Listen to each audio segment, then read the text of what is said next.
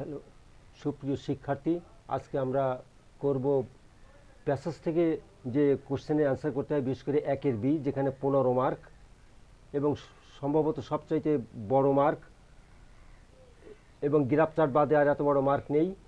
তো আমরা এখানে 15-র মধ্যে যাতে 15ই পাওয়া যায় তার জন্য একটা সুচিন্তিত ব্যবস্থা আজকে আমরা গ্রহণ করেছি, সেটা তোমাদেরকে দেখাবো।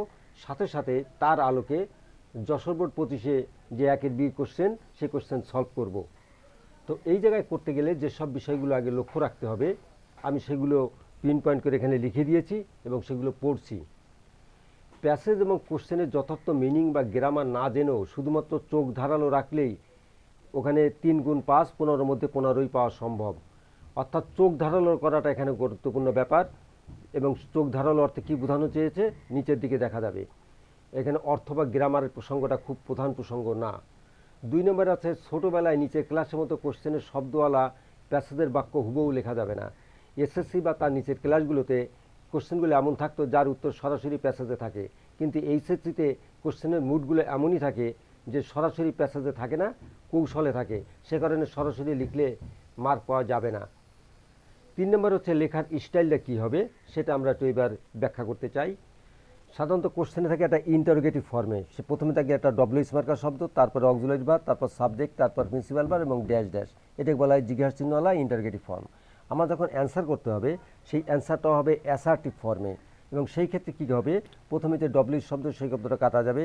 অক্সিলারি ভার্ব এবং প্রিন্সিপাল ভার্বের খোলে যা আছে তার নাম হলো সাবজেক্ট। সাবজেক্ট হবে প্রথমে, অক্সিলারি ভার্ব যেটা দেওয়া আছে সেটা বসবে, শুধুমাত্র ডু ডাজ ডিড বাদে, সেটার প্রসঙ্গ কি পরে আসছি। যোগ প্রিন্সিপাল ভার্ব, ড্যাশ ড্যাশ যতটুকু আছে ততটুকু হবে, জিজ্ঞাসা চিহ্নটা লেখা যাবে না, এই জন্য ক্রস দেওয়া হয়েছে। আর যদি অক্সিলারি ভার্ব হিসেবে ডু ডাজ এবং ডিড থাকে তাহলে তাও লেখা যাবে না, কিছু পাল্টাবে। ডু থাকলে প্রিন্সিপাল ভার্বে যা আছে তাই বসে যাবে, ডাজ থাকলে প্রিন্সিপাল ভার্বের সাথে বাড়তি এস বাই এর যুক্ত হবে, আর যদি ডিড থাকে তাহলে প্রিন্সিপাল ভার্বের ভি2 মানে পাস্ট টেন্স অথবা ইডি যোগ হবে।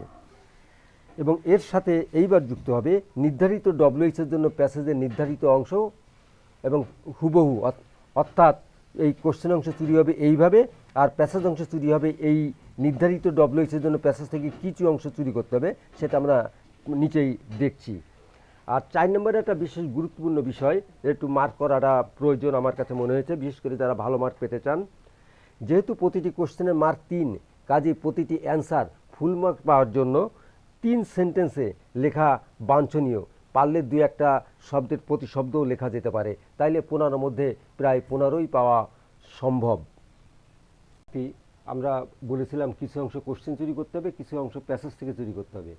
এখন যে সমস্ত কোশ্চেনগুলো থাকে, অর্থাৎ ডব্লিউএইচ শব্দগুলো থাকে, তাই দেখে প্যাসেজের কী অংশ চুরি করতে হবে সেই বা সংগ্রহ করতে হবে, সেগুলো আমরা এখানে লিস্ট করেছি। যদি কোশ্চেনে থাকে হোয়ার, তাহলে সাধারণত একটা প্রিপোজিশন লিখতে হবে প্যাসেজ থেকে, এবং সেই প্রিপোজিশন সাধারণত ইন, অ্যাট বা অন হয়, এর সাথে একটা স্থান মার্কার শব্দ। অথবা হোয়ার কনজাংশন দিয়ে সাবজেক্ট বা অবজেক্টও করা যেতে পারে, যদি কিনা কোশ্চেনে সরাসরি কোনো স্থানের নাম না থাকে, সেটা আমরা নিচে পরবর্তীতে উদাহরণ দিয়ে দেখাচ্ছি। যদি হোয়েন থাকে, একইভাবে প্রিপোজিশনটা হবে সাধারণত ইন, অ্যাট বা অন, এবং ডানি যাবে সময় মার্কা শব্দ, কিংবা এরম কায়দাও করা যেতে পারে হোয়েন দিয়ে সাবজেক্ট বা অবজেক্ট প্যাসেজ থেকে।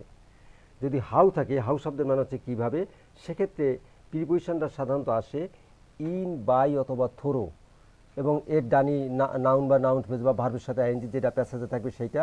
তবে বেশিরভাগ ক্ষেত্রে দেখা যায় এখানে একটা এলওয়াই মার্কায় অ্যাডভার্বের উত্তর আসে, আমি উদাহরণ দিয়ে পরে বিস্তারিত জানাচ্ছি। সেখানে আমরা এটাকে ডবল টিক মেরেছি। হাউ লং শব্দের মানে হচ্ছে কতক্ষণ বা কত সময় ধরে, সেক্ষেত্রে প্রিপোজিশনটা ব্যবহার করা হয় সাধারণত ফর এবং সিন্স এবং সময়, যেমন কয়েক ঘন্টা ধরে বলছো, 5 ঘন্টা, সকাল থেকে, এরকমের। হাউ মাস এবং হাউ মানি, হাউ মাস মানে কী পরিমাণ, এবং হাউ মানি মানে কতগুলো, এবং এটা একটা এর উত্তরটা আসবে পরিমাণ বা সংখ্যা মার্কা শব্দ, যেমন 5 খান বই, 3 কেজি চাল, এরকমের মার্কা একটা শব্দ আসবে, এটুকু প্যাসেজ থেকে চুরি করতে হবে। যদি হোয়াই আসছে কোশ্চেনটা থাকে, এই কোশ্চেনটা খুব ইম্পর্টেন্ট এবং খুব বেশি কোশ্চেন থাকে, এবং এর উত্তরটাও বেশ ঝঞ্ঝাট মতো নানা কায়দায় করা যেতে পারে। হোয়াই থাকলে প্যাসেজের মধ্যে দেখতে হবে টু যোগ ভার্ব দিয়ে কোনো বাক্য আছে কিনা, অংশ আছে কিনা, তাহলে সেটা, অথবা ফর বা বিকজ অফ এর, বা ডিউ টু, ওয়িং টু, এরপরে ভার্বের আইএনজি বা নাউন ফ্রেজ, এটা প্যাসেজ থেকে। আর অথবা অ্যাজ, বিকজ অথবা সিন্স, এই 3টা কনজাংশনের কোনো একটা, এবং যোগ যাবে সাবজেক্ট বা অবজেক্ট, এটুকু অংশ তো যাবে হচ্ছে যে আমার প্যাসেজ থেকে। তবে এক্ষেত্রে একটা বিশেষ গুরুত্বপূর্ণ প্রসঙ্গ আমি উল্লেখ করেছি। বেশিরভাগ কোশ্চেনে, বেশিরভাগ সালে দেখা যায় যে হোয়াই এলা কোশ্চেন থাকেই এবং একাধিক থাকে। তো সেক্ষেত্রে আমি এরকম করে লিখেছি হোয়াই এলা কোশ্চেন বেশি দেখা যায়, এবং যেহেতু 3 সেন্টেন্সে আনসার করা ভালো, কারণ আমরা 3 মার্কের গ্যারান্টি নিতে হবে, তাই প্যাসেজ থেকে সম্ভাব্য উত্তরের 2টো বাক্য লিখতে হবে এবং লাস্টের ভাগে সো বা দ্যাট ইজ ওয়াই দিয়ে কোশ্চেনের অ্যাসার্টিভ ফর্ম এইভাবেও লেখা যেতে পারে। এবং আমরা উদাহরণ দিয়ে এবং সাথে সাথে আমরা যশোর 25-এর যখন কোশ্চেনের সলিউশন করব, তখন একসাথে সবগুলোই আমাদের সামনে স্পষ্ট হয়ে উঠবে। আর সাধারণত কোশ্চেন থাকতে পারে হু, উইচ এবং হোয়াট। এইগুলো কোশ্চেন থাকতে গেলে হু, উইচ, হোয়াটের কোশ্চেনটা হয় সাবজেক্ট অথবা অবজেক্ট, এই দুইটার কোনো একটা অংশ থাকবে এবং একটা অংশ থাকবে না। যেটা কোশ্চেনে থাকবে সেটা কোশ্চেনে লিখতে হবে, ভাবটা সরাসরি কোশ্চেন থেকে চুরি হবে এবং অবজেক্টটার, সাবজেক্ট বা অবজেক্টের একটা প্যাসেজ এবং একটা কোশ্চেন থেকে সরাসরি বসবে। এখন আমরা কিছু উদাহরণ দেখব। উদাহরণের মাধ্যমে আমরা এত সময় যে আলোচনা করলাম সেই অ্যান্সারগুলো কীভাবে করা যেতে পারে। হোয়াই ডু লিভ ইন, তুমি কোথায় বাস করো, মানে বুঝিয়ে না বাজি ইউ সাবজেক্ট হলো যে আমাদের প্রথমে আই, এই ডব্লিউ স্মার্কার শব্দ ডু থাকলে মূল ভাবের কোনো পরিবর্তন হবে না, তাহলে আই লিভ ইন কোশ্চেন থেকে বুঝলে। এখন সেই প্যাসেজে আছে যশোর, তাহলে আমি লিখলাম যশোর, অথবা লিখলাম in Bangladesh. Where are you going to, আর মানে ইউ যে যদি আমরা আই ধরতে পারি বা উই ধরতে পারি, তাহলে আই হলি এম, উই হলি আর, কোশ্চেনের গোয়িং টু, এবার ধরো মার্কেটে যাচ্ছি, টু দ্য মার্কেট, তাহলে এটুকু হবে আমাদের প্যাসেজ অংশ। When do you come here, তুমি কখন এখানে আসো, তাহলে ইউ হয়ে গেল আমাদের আই, হোয়েন এবং ডু যাবে কাটা, আই কাম হেয়ার, সে খুব সকালে আসি, তাহলে আর্লি ইন দ্য মর্নিং, কিংবা অ্যাট 8 AM। এখন দেখা গেল অনেক সময় কোশ্চেনে এরকমই সরাসরি সব সময় মার্কার শব্দটি প্যাসেজের মধ্যে নেই, তখন একটা ভিন্ন বাক্য দিয়ে লেখা যেতে পারে। যেমন এখানকার ডব্লিউ মার্কের শব্দ কি হোয়েন, সেই হোয়েনটা হয়ে যাবে এখানে কনজাংশন। হোয়েন যদি প্যাসেজে দেখলাম সে রফিক কলস মি, যখন রফিক আমাকে ডাকে, এটুক প্যাসেজে পাওয়া যাবে। অর্থাৎ এটুক অংশ হবে প্যাসেজের আর এই অংশ হবে কোশ্চেন। নিজে মাতবাড়ি করে কিছু লিখতে গেলে ভুল হয়ে যাওয়ার সম্ভাবনা থাকবে এবং কোনো প্রয়োজনও নেই। পরের কোশ্চেনে আমরা দেখি how did the prisoner walk, আসামিটা কিভাবে হেঁটেছিল। এখন ডিড আছে আসামি, প্রিজনার মানে কি আমার বোঝার কোনো দরকার নেই, এখানে ডিড আছে, তাহলে অক্সিলারি ভার্ব আর মূল ভার্বের মাঝখানে এটুকু আমাদের সাবজেক্ট, তাহলে এটা বসবে প্রথমে।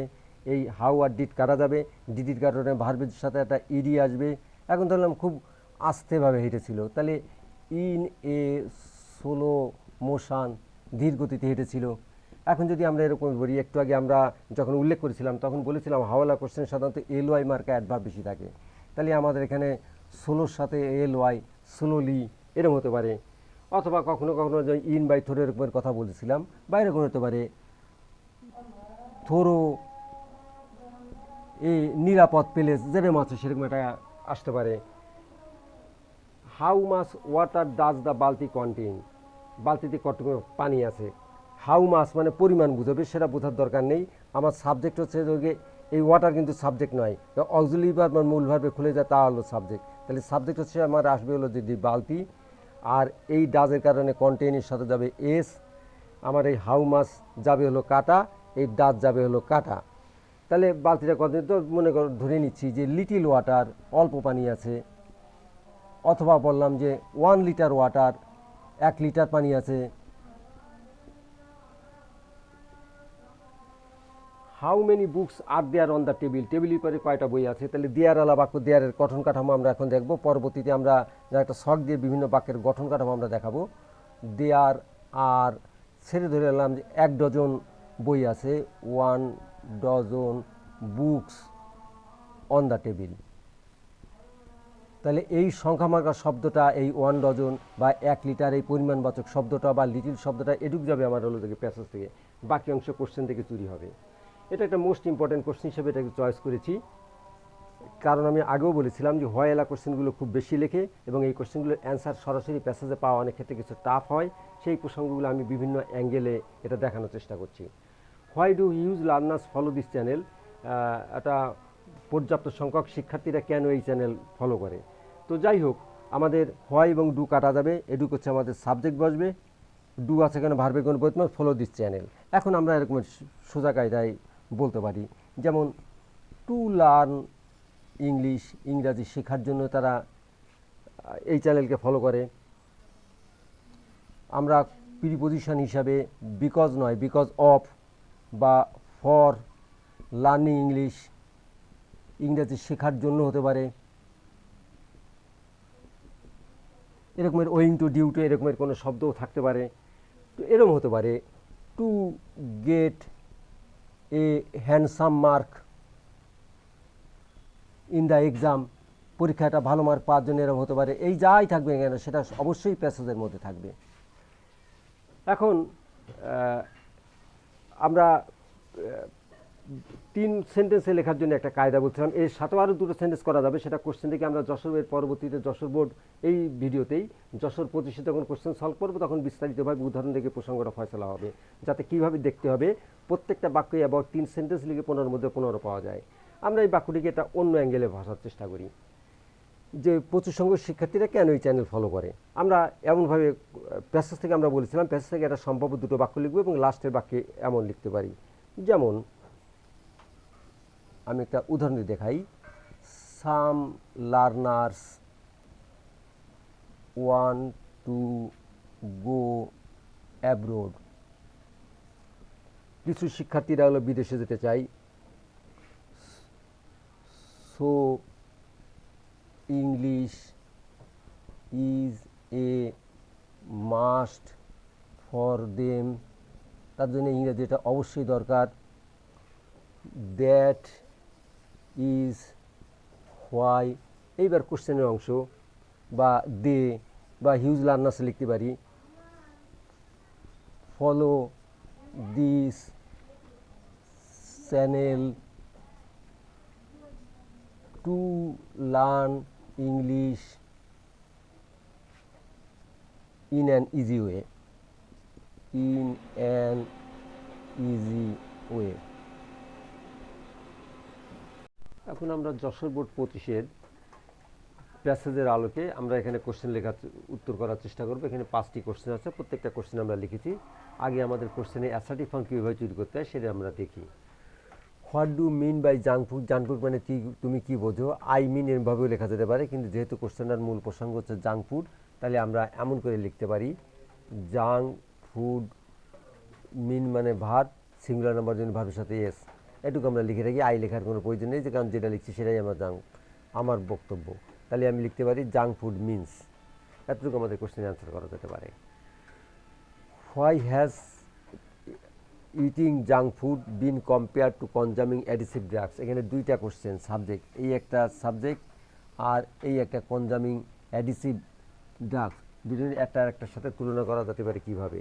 তো সেক্ষেত্রে আমরা সম্ভবত এরকম লিখতে পারি যে জাঙ্ক ফুডে এই কাজ করে, কনজামিং ফুড এইটা করে, অতএব একে এর সাথে তুলনা করা যেতে পারে। এইভাবে করলেই মনে হয় ভালো হয়। আমরা একটু পরে আসি। What are the common ingredients of junk food, junk ফুডের ইনগ্রিডিয়েন্টগুলো কী। এই জায়গায় হুইস হোয়াটের পরে যে অ্যামিজার যদি দেওয়া যায় তাহলে 2 রকম কায়দায় লেখা যেতে পারে। যেমন একটা উদাহরণ দিকে আমি তাকাই, যেমন হোয়াট ইজ ইয়োর নেম, তোমার নাম কি। এখন আমার নাম যদি রহিম হয় তাহলে ইয়োর নেমের জায়গায় আমি লিখলাম হলো যে মাই নেম, আর এই জায়গায় লিখলাম রহিম ইজ। অ্যামিজার যদি মূল ভার্ব হয় তখন 2 পাশে নাউন থাকলে 2 পাশে মানে এক হয়। এই স্ট্রাকচারে আমরা পরবর্তী কোনো একটা ভিডিওতে দেখানোর চেষ্টা করব। অথবা এরকম হতে পারে মাই নেম ইজ রহিম, 2 কায়দায় উত্তর লেখা যেতে পারে, যেটা খুশি সেটাই করতে। What is your name, Rahim is my নেমও লেখা যেতে পারে, মাই নেম ইজ রহিমও লেখা যেতে পারে। তবে সেক্ষেত্রে ডানিটা দিয়ে লিখতে পারলে আমাদের লেখার জন্য বেশ সুবিধা হয়। তাহলে সেক্ষেত্রে আমরা এভাবে লিখব, the common ingredients of food, the common ingredients of junk food আর এই অগ্রত এখানে চলে গেল। Why does someone to eat junk food more, কেন একজনের বেশি জাঙ্ক ফুড খেতে চাই, মানে বুঝিয়া না বুঝি সাবজেক্ট কেটা ওয়ান, আর ডাজের কারণে ওয়ানটির সাথে হয়ে যাবে কি এটা এস, তাহলে one wants to eat junk food more, আর জিজ্ঞাসা কেটে যায়, এখানে অ্যান্সার আসবে, পরে আসছি। Why junk food ban for health, তাহলে একই রকম কথা, তাহলে এই হোয়াই আর ইজ কেটে যাবে, এই জাঙ্ক ফুডের পরে এই জায়গায় যাবে হলো ইজ বান ফর হেলথ। আর এখানেও আমরা এরকমের লিখতে পারি। তো আমি এরকম করে লিখছি যে ইটিং জাঙ্ক ফুড, ভার্ব দিয়ে অবজেক্ট এইটা, আর একটা হচ্ছে কনজামিং অ্যাডিসিভ ড্রাগস, একটা ভার্ব দিয়ে অবজেক্ট হলো এইটা। So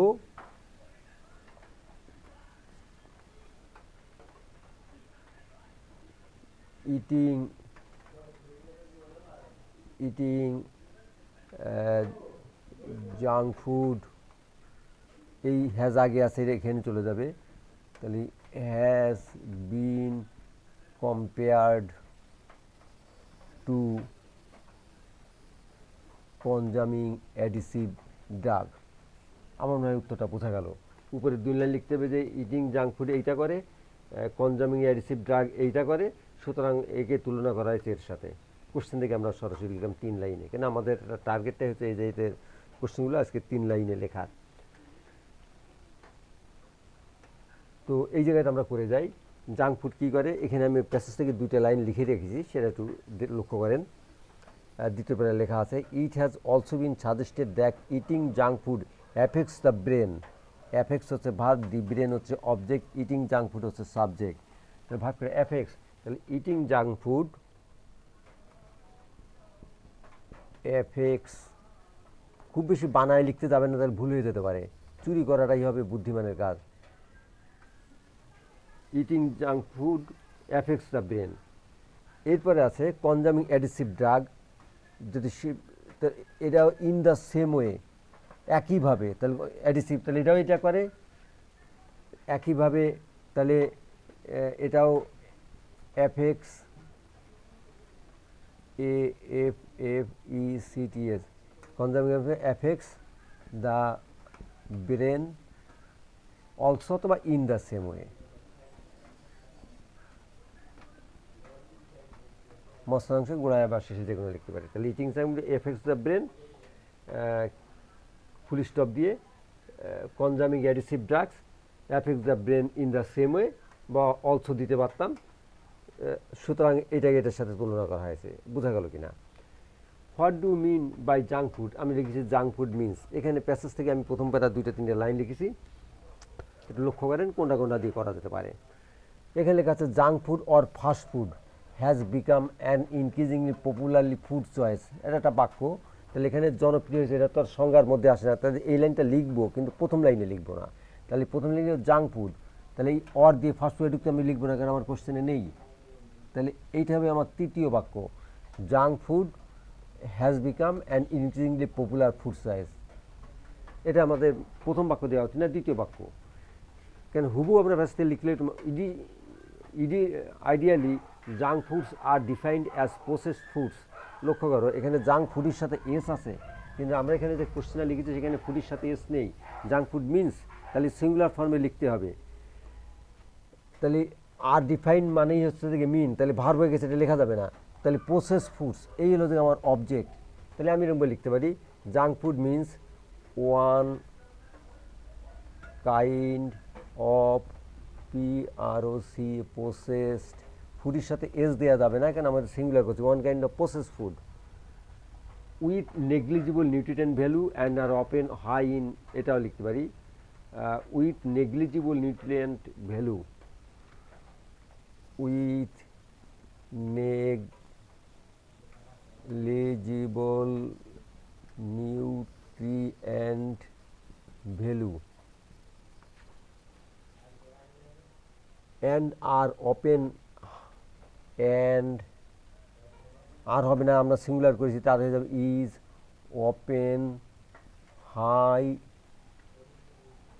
in salt sugar and fat, in salt sugar and fat. এই বাক্যটা একটা পুরো বাক্য। আমি যে বড় হবে, বড় দেখে তো মাথা খারাপ করার দরকার, আমি যে দেখে লিখবো আমার পয়সা তো আর লাগছে না, তাহলে সেখানে বড় হলে আমার মার্কটা কমপ্লিট আসবে। এই বাক্যটা পুড়িয়ে লিখি। তাহলে পরের মধ্যে জাঙ্ক ফুড, তাহলে আমরা লিখলাম it has become, it has become an increasingly popular food choice. আর একটা কথা আমি এখানে লিখতে চাইছি, আমাদের সেন্টেন্স হয়তো দুইটা, যেহেতু এটা প্রথম কোশ্চেন আমি এটা 3টা লাইনে লিখতে চাইছি। এখানে কয়েকটা উদাহরণ দেওয়া আছে। Commercial products including salted snack food, chewing gum, candy, sugary dessert, fried fast food, তাহলে এগুলো এক ধরনের খাবারের উদাহরণ। তাহলে এইগুলো আমরা নাম দিতে পারি। তাহলে আমরা দিই salted snacks, salted snacks,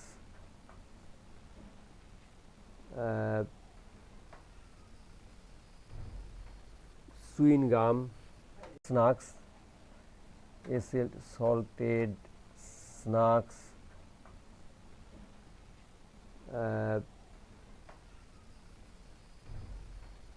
chewing গাম,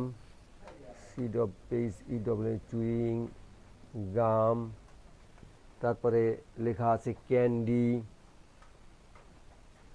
তারপরে সুগারি ডেজার্ট, বা ওটা বাদ দিতে এই একটা দিলাম, এটা অতগুলো লিখে পারা যাচ্ছে না। ফ্রাইড ফাস্টফুড আর some example of junk food. লক্ষ্য করুন 3টে লাইনে লিখলাম, মার্ক আমার 3-এর মধ্যে 3 না দিয়ে কোথায় যাবে স্যার?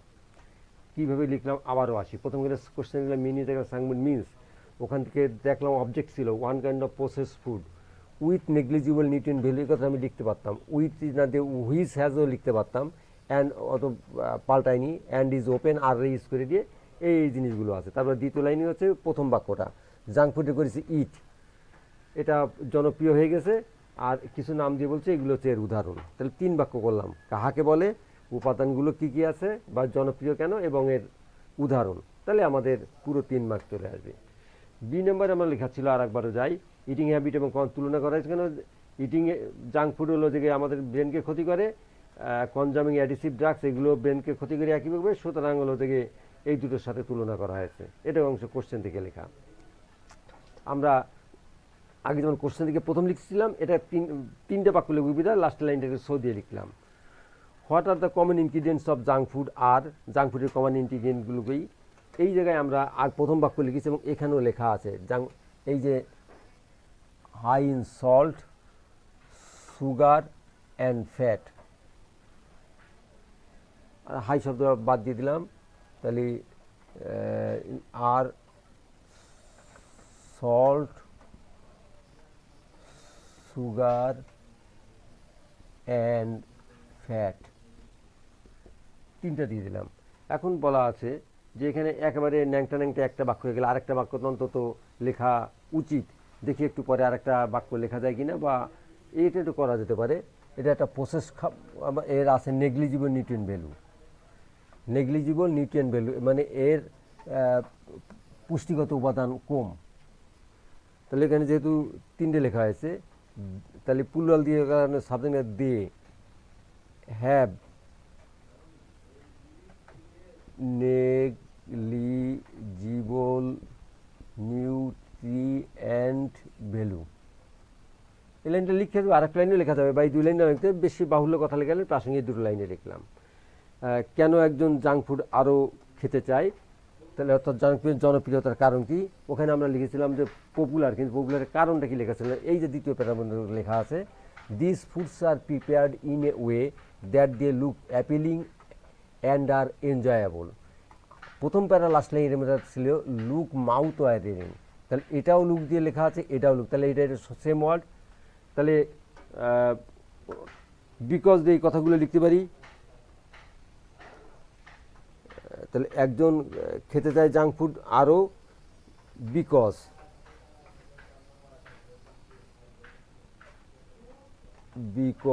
কনজাংশন হিসেবে আমি বিকজ করে, this foods are prepared in a way that they look appealing, এই শব্দটা এই জায়গায় আনি। তাহলে বিকজ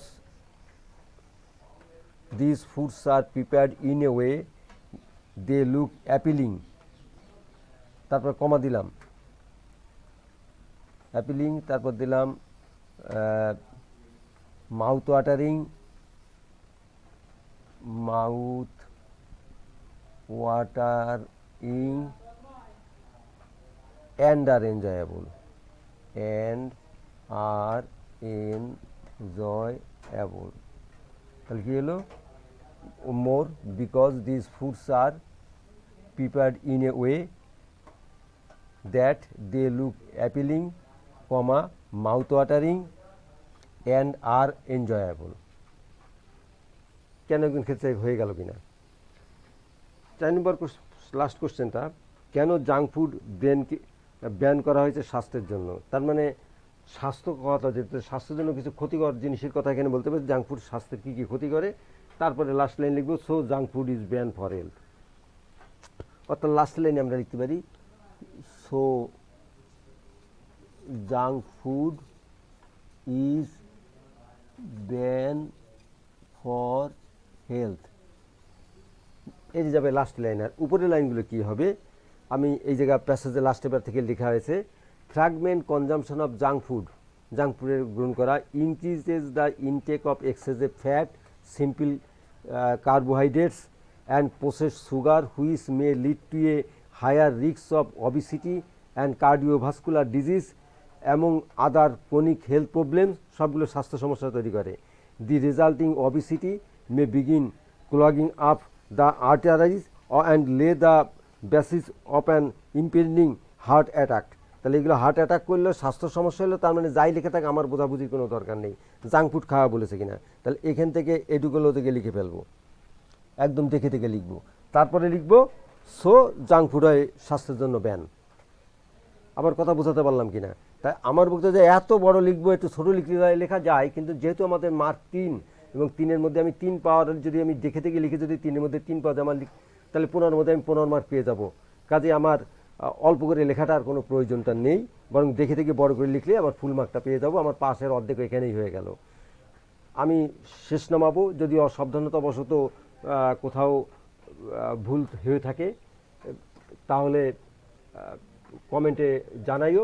আমি আরেকবার গোড়ার থেকে দ্রুত গতিতে প্রসঙ্গটা এসে শেষ করি। What do mean by junk food? তাহলে আমরা লিখলাম জাঙ্ক ফুড মিনস। এইবার এইটুকু আমি কোশ্চেন থেকে লিখলাম, তারপর অবজেক্ট থেকে এই অংশ লিখলাম, 3টা বাক্য আমরা মারিছি। Why has junk food been compare to a consuming অ্যাডিসিভ ড্রাগ? এই দুটোর সাথে কম্পেয়ার করা হয়েছে কেন? তো ইটিং জাঙ্ক ফুড এইটা করে, কনজামিং অ্যাডিসিভ ড্রাগ এইটা করে, সুতরাং এই দুটোর সাথে কম্পেয়ার করে। কমন ইনগ্রিডিয়েন্টসগুলো কি জাঙ্ক ফুডের? তাহলে আমরা ইনগ্রিডিয়েন্টে আর দিয়ে এখানে 3টে জিনিসের নাম লিখেছি এবং বলেছি যে তাদের আছে খুব দুর্বল বা নগণ্য পরিমাণে পুষ্টি ভ্যালু, বা এগুলো রোগের কারণ হতে পারে, ইত্যাদি ইত্যাদি আমরা লিখতেও পারি, না লিখলেও কোনো দোষ নেই। কেন একজন জাঙ্ক ফুড বেশি খেতে চায়? কেন জাঙ্ক ফুড বেশি খেতে চায়? কেন সেগুলো এই প্যাসেজ থেকে উপভোগ হয়েছে যে এই খাবারগুলো দেখতে হলো যে অ্যাপিলিং, তার সাথে আরেক জায়গাতে আনিছি অ্যান্ড মাউথ ওয়াটারিং এবং আর এনজয়েবল। সব জায়গায় চুরি করে দেখে দেখে লিখছি, কিন্তু খেয়াল রাখতে হবে যেন মাতবাড়ি করে নিচের বাক্যটা যেন ভুলও না যায়। আবার ওদের যেভাবে বাক্যর গঠন দিয়েছে, যেমন বাক্য, যেমনি শব্দ, যেমনি পার্শ্ববিদ্যুৎ, যেমনি বানান, যেন আমার কোথাও স্যার কলম দাগ কাটার কোনো স্কোপ না পায়, আমি ফুল মার্কটা পেয়ে যাবো।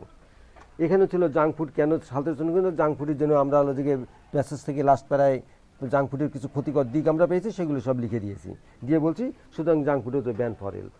অন্য কায়দায় বানিয়ে লেখা যেত বা যেতে পারে, কিন্তু এটা উচিত হবে না। কেন? পরীক্ষার সময় উদ্বিগ্ন, কেন অনেক পারা জিনিসও ভুলে যেতে পারে। আমার কোনো প্রয়োজন নাই তো। আবার সিঙ্গেল এক বাক্য উত্তর লেখাটাও ঠিক না, কারণ আমাকে মার্কটা পারতে হবে 3। তাহলে সোজা সাপটা কথা হলো কোশ্চেনের অ্যাসার্টিভ ফর্মটা লিখবো, কোশ্চেন থেকে 2টা বাক্য লিখবো, লাস্টে বাক্যটা অতএব এইটা দিয়ে এটা করা যায় হোয়াইলা কোশ্চেনের কারণে। সকলকে ধন্যবাদ, সকলকে ধন্যবাদ। আজকে ভিডিও এখানে শেষ করা হলো।